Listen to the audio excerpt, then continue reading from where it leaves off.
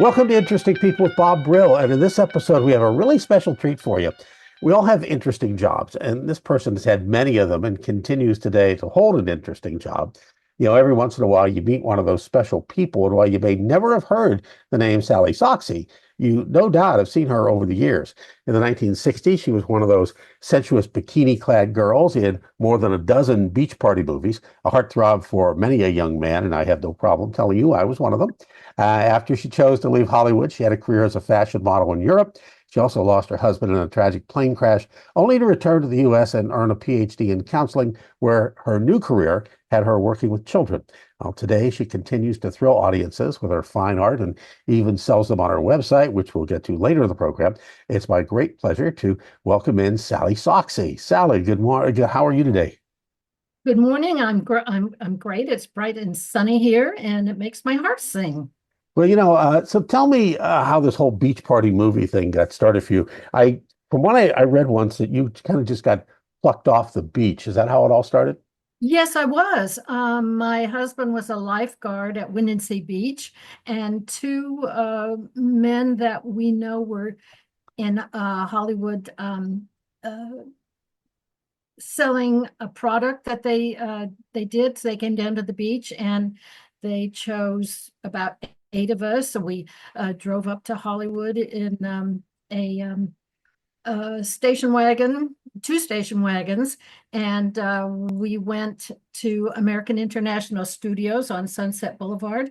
And we stood around the desk where Sam Arkoff and James Nicholson were. And they had a look at us and they said, you, don't call us, we'll call you. And so Monday morning, Linda and I were chosen. And Friday we were chosen. So Monday we had to be on the set. That's how it happened.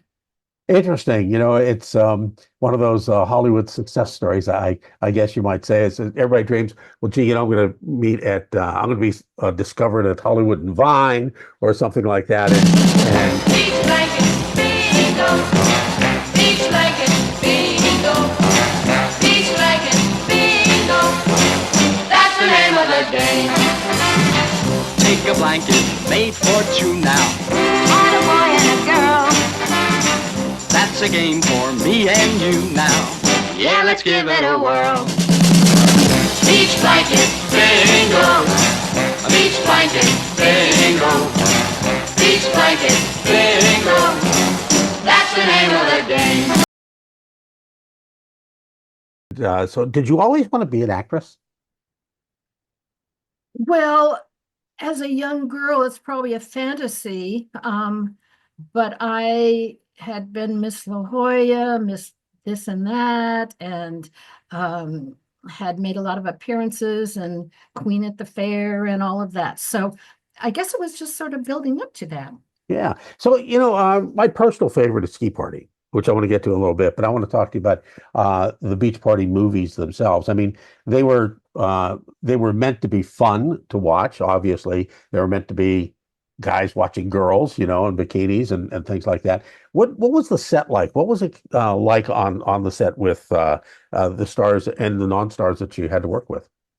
Well, we sat around waiting for our cues. We chit-chatted amongst ourselves, and then we would be called on the set, and we'd have to turn into a very smiley, happy persona.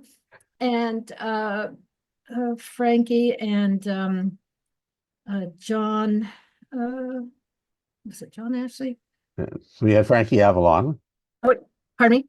You had Frankie Avalon and an Yes. fellow.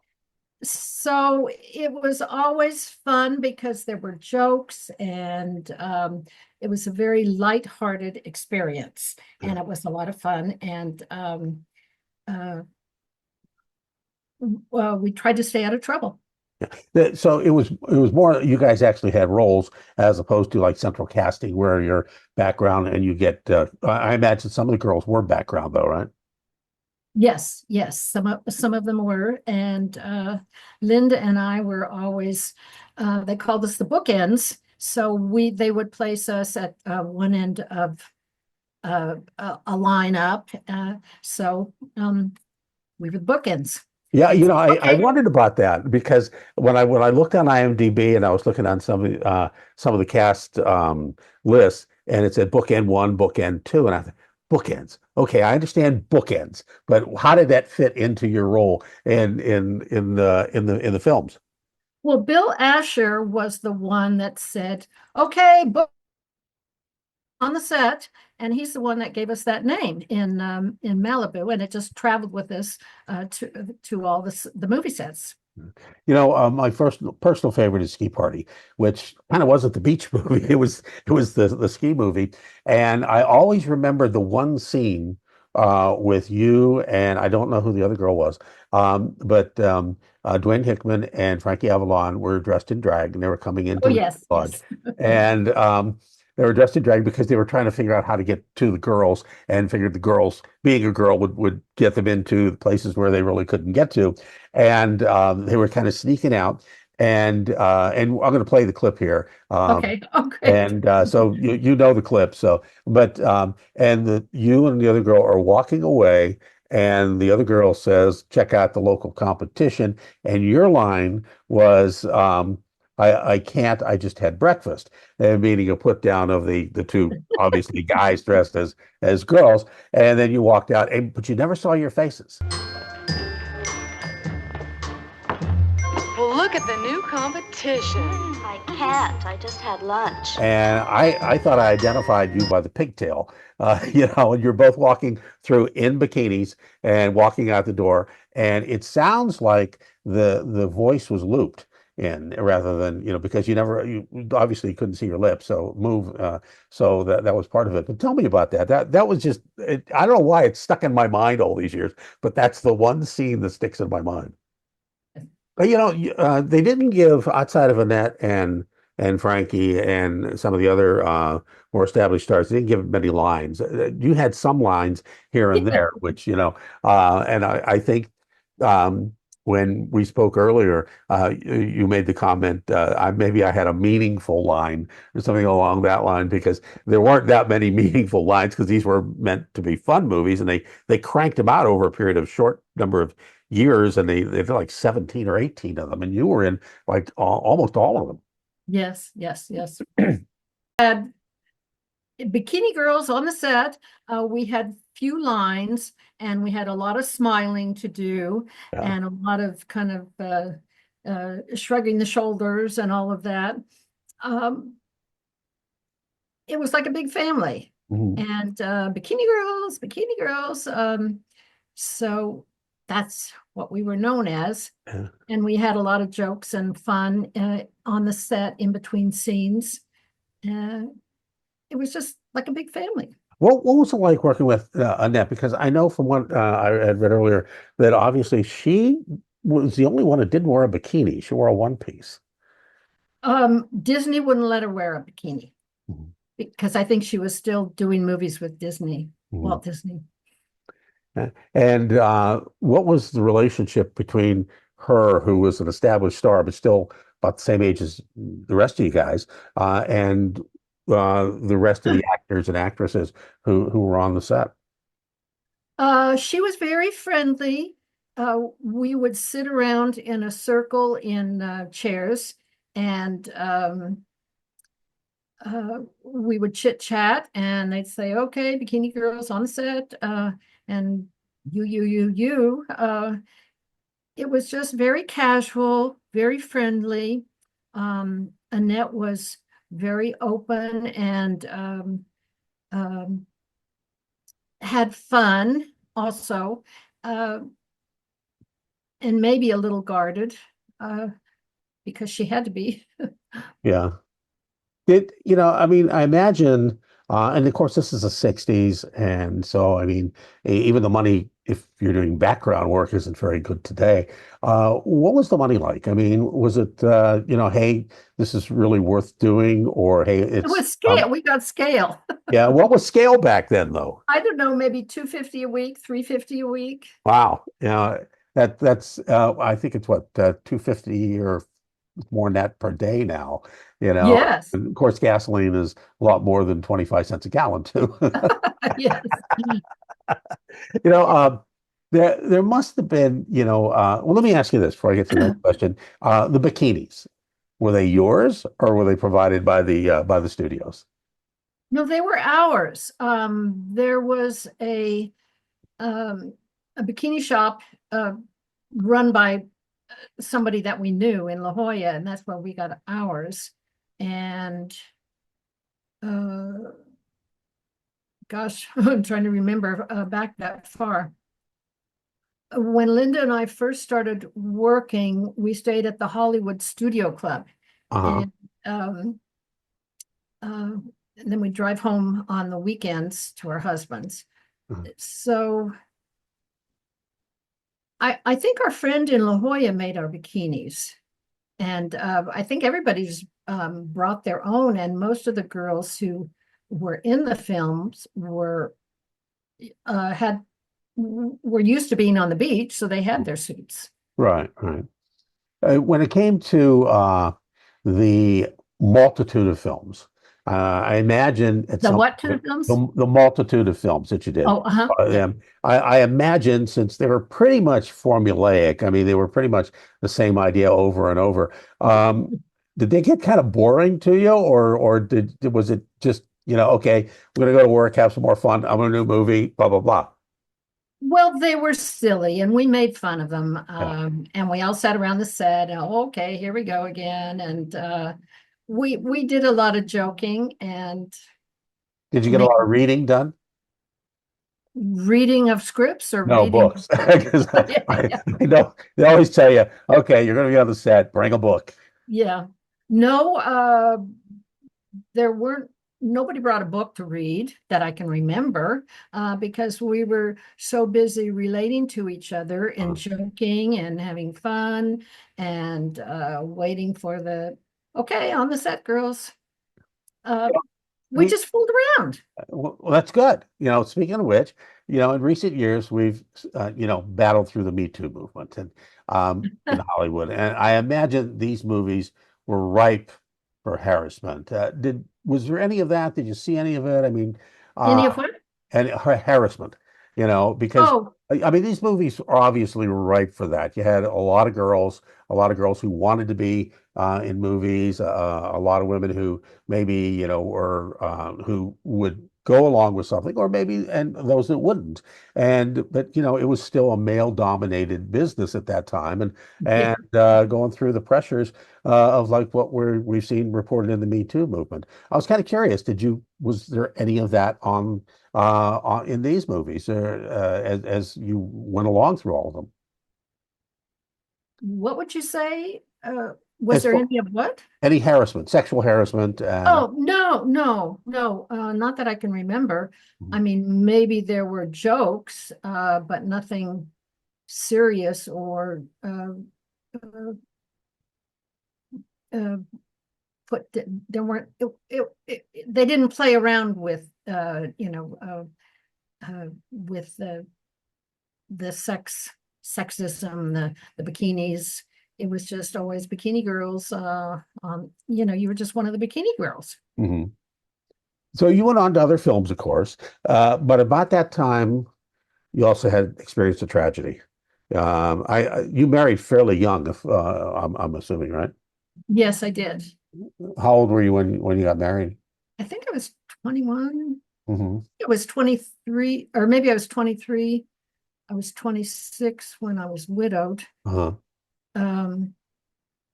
Yes, I was working in a film in Hong Kong, and I was on the set, and somebody came out in a car and said, Sally, you need to go back to the hotel. And so I was told that my husband had been killed in a plane crash with Linda's husband, my best friend's husband, who was flying the plane. And he was doing a loop over Windy Beach, which is the surfing beach that everybody, all the La Jolla guys, and where we were plucked off to be in the films. So I was in such shock. I just couldn't believe it. And so Frankie came up to the room and uh, gave his condolences, and um, the manager of the group was there, and they put me on a plane, and I took this long trip Mhm. back home, and it was just horrific. It was just an awful, they had two funerals, and it was just, it was terrifying, and just so sad, so sad. Mhm. These two guys, these two La Jolla surfer guys, going down at surfing beach. Yeah, that's such a tragedy to think about. I didn't know that when I read about it, I didn't know it was how it happened, and that was one of the reasons I wanted to ask you about it.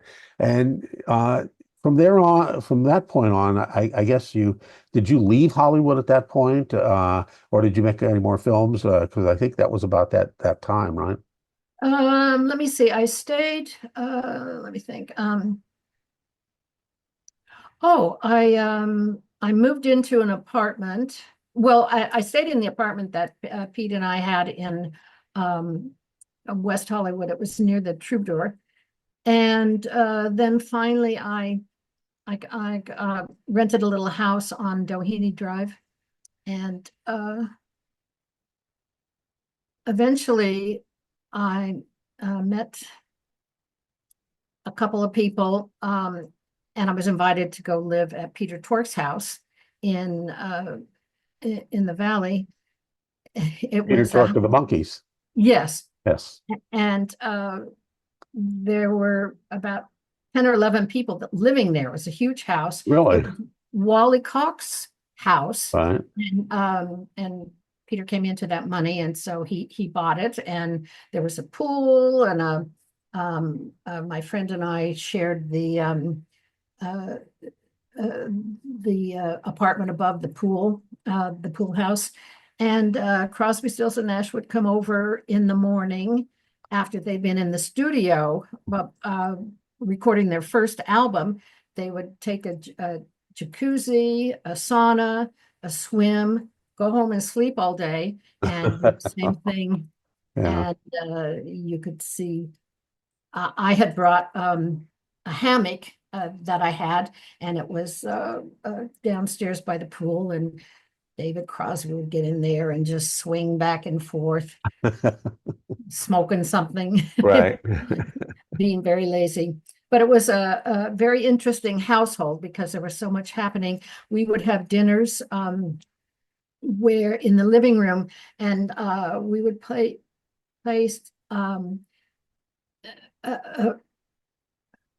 tablecloths, Indian tablecloths down in a row, and there'd be maybe 15 people.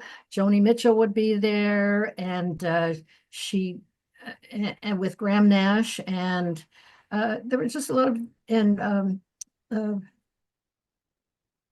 uh, still Stephen Stills was there. There was a music room, so people would go in the music room, and it was all soundproofed, and practice. But anyway, it was an exciting place because there was always something happening. Yeah. Well, the thing about you mentioned that, and it sounds like it was great in that you had a lot of support and a lot of people who were there around you at a time, because that must have been a really tough time for you professionally as well as personally. Well, it was, and I really didn't have time to process the grief. And then I went on to do more films and more traveling. I went to Europe for a year, and I ended up living there for living in England and in Amsterdam, in a canal house with a friend. And I studied art. I went to the art school there and learned how to paint, and came back to eventually back. I needed to get back to the States after Yeah. quite a while. Well, you ended up being in a modeling career at that point, right? I had what? You had Yeah. a modeling career at that point. Yes, I did. But mainly I was focused on the art, Wow. the painting and Yeah. marketing. Yeah. Which is what you do now, but I want to get to that a little bit later because I want to move to the next phase where you came back from Europe. And how long were you in Europe totally? I think about 8 years, 8 or 9 years. So you came home And I and made a lot of friends. I lived in a canal house with a fellow from New York, and his mother was director of the Jewish Museum in New York. then He was hiding out in Amsterdam hiding out. from his Jewish family. Yes. Gotcha. Yeah, I have a few friends that in New York ran through the same thing where the family really wanted them to become much more into the Jewish lifestyle and religion, and they wanted to be actors instead, and doing very well at that point. A good friend of mine is in that situation. So you come back and you decide at some point to switch to counseling and you go back to school to get a PhD. Now that Well, I got a master's. master's, okay. Yeah, a master's. Yes, I just had this need to be nursing and counseling, and I think it was for my progress as well. Mhm. But it was quite an interesting journey. And you never had any children, but you turned to, if I'm not mistaken, and you turned the counseling to counseling for kids, correct? Yes, Uh-huh. Tell me a little bit about that. I mean, is that something maybe that you kind of always wanted to do, or did that come about because of what happened in your life later? Well, I think it's not what I always wanted to do, but it just happened that it was the progression of my schooling, and because I wasn't married, I didn't have children, I just had that need to interact. Mhm. And so did you work as a private counselor or did you work with an organization or what? An organization, different, like maybe a school or uh, some kind of a, a club, or yeah, just lots of different Mhm. means and ways. You know, it kind of falls into place that you wanted as art because even as an actress, you're in the creative field, and now you are moving into the art field, and you are doing that now. You have your own website, and I believe the website is sallisaxse.com, correct? Yes, or Yeah, and I'll put that on sallysaxse.com. the Yeah. at the bottom too. You'll be able to see it there as well as anybody who's watching. And but if for those who are listening on the podcast, it's Salli. She spells it without the E at the end. Last name SACHSE.com. Yes. SalliSachse.com. I have to ask you this because I want to go back to the movies and stuff. And I know we talked the fact that you never saw any harassment or anything like that. Did you get the nickname Salli Sexy? Did they give that to you or Oh, yes, on the uh, set, just playing around. Yeah, yeah. Bikini yeah. girls, yeah, they fool around with their names. Yeah, okay. I had to ask because I figured it was there. I mean, it was such a natural for that to happen at that time. And then, of course, you sell your pinups as well as your art. Tell me a little bit about your website and what you're selling and why, and particular things, what you sell on the site. Uh, well, I did a series of t-shirts and sweatshirts with a painting that I did of some of us beach party people sitting in a woody. And anyway, I maybe have 6 left. Uh-huh. It's been about, I don't know, 12 or 15 years. And I've as I look in my closet, I see there are fewer and fewer. I had a high school reunion a week ago, and I took a handful of those to the reunion, and it was in a patio in La Jolla, very nice on a very nice street, and we sold a lot of them. Mhm. Where do you get your inspiration for your art? Uh, the need to express, the need to I like color. I like building things, making things. Well, do you have a favorite area of art? I mean, is it beach? Is it non-beach? Is it wood areas? What's your favorite thing to paint? Uh, well, right now I'm looking at a wall with lots of paintings here, and I realize as I look back on my website and on in my archives how many paintings I have sold.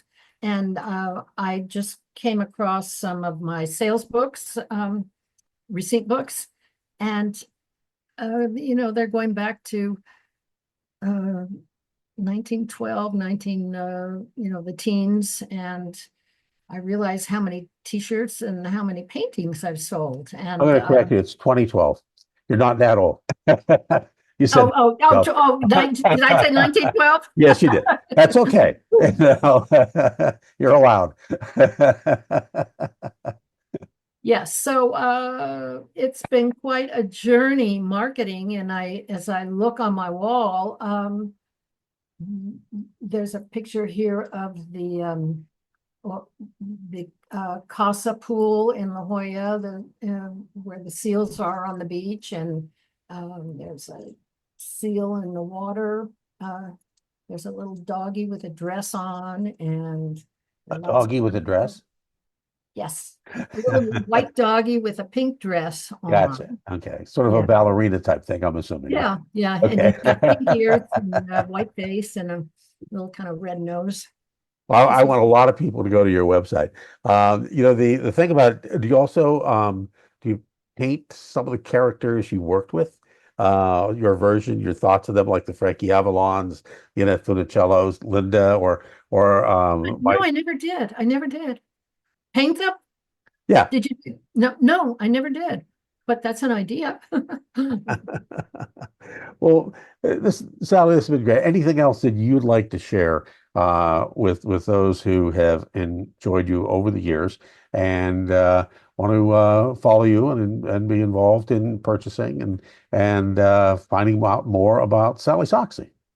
Well, thank you. Thank you. It's been a joy talking to you. And I hope to continue. Well, right now I'm focused on, I shot so much film for art things, and now I want to edit all my slides that I did. I've got probably hundreds and hundreds that I have a light table, and I'm going to go through them and just save the best ones. There you go. I love light tables, by the way. I have one myself. And, I saw a video of you just with music working in your studio. Uh-huh. I think I saw it on your website. And I was interested to watch you move everything, your hands and everything. It kind of intrigued me as to when you paint, do you paint with an easel or how do you paint? What's your favorite way to do it? Well, I usually use an easel. I have different kinds of easels for maybe painting outside or for a show. And sometimes I'll just use a chair as an easel, depending. As I look at all these paintings, a lot of them most of them are outside, like sunsets and water scenes and dolphins. The one thing you also sell your pinups too. You have an array of pinups. I know there's the black and white stand up that looks like from your modeling days, and also other pinup photos. You have a selection or array of those that you sell, or is there a whole host of them, or just a few? Well, on my website, I have different periods of my past, Mhm. and then I have artwork, and I have like 3 different categories. So there's a lot there to see, and a lot of history, and a lot of artwork as well. One final question I wanted to ask is, do you still get together with some of the actors and actresses that you worked with in the beach movies? Well, Linda just died this Mm. last year. They're dying off, Yeah, it's sort of a natural part of life, unfortunately. right? Yeah, Yes, uh, and that's what happens. I yeah. mean, when you get in your 70s, your 80s, time flies, and so do you. Yeah, yeah. Well, I always tell people, I say, dying is just a part of living. So, it's going to happen at some point. And I've experienced the same thing lately. A lot of people passing away in my life, and it just happens when you get older. So, but it's amazing that some of the folks from that era are still around. Frankie Valli is 93, still performing. Isn't that Frank, amazing? I know Frankie Avalon is still alive. I was just checked on him the other day. They were always in good health. Yeah, my good friend Ron Dante, who's in his late 70s, who had the hit Sugar Sugar, and he's still performing 65 dates a year. And Really? so and of course he looks like he's 12 still, but that's another Yeah. story. And that action probably keeps him young. Yeah, and it really does. Sally, this has really been an honor for me, and I don't say this lightly, as I've interviewed presidents and movie stars and ball players, and you name it. But I have to say, this is one of the most fun and one I've certainly looked forward to. And Oh, thank you. in getting to know you, I know we had some technical issues, but getting to know you through the process before we actually did the interview and finally did the interview, I have to say you've become one of my favorite people. So Oh, thank I've just you. really enjoyed getting to know you, and it's been fun. So I'll put out the word on your art, and hopefully you make a lot of sales because of your the connections. So. But I just want to say thank you so much, and I really appreciate you coming on. Well, it was an honor to be on your show. Thank you so much. Thank you. Don't forget, this will wraps up this episode of Interesting People with Bob Brill. Again, Salli's website is sallisachse.com, and that's SALLISACHSE.com. Check it out. I think you'll find some interesting items to purchase. Until next time, I'm Bob Brill.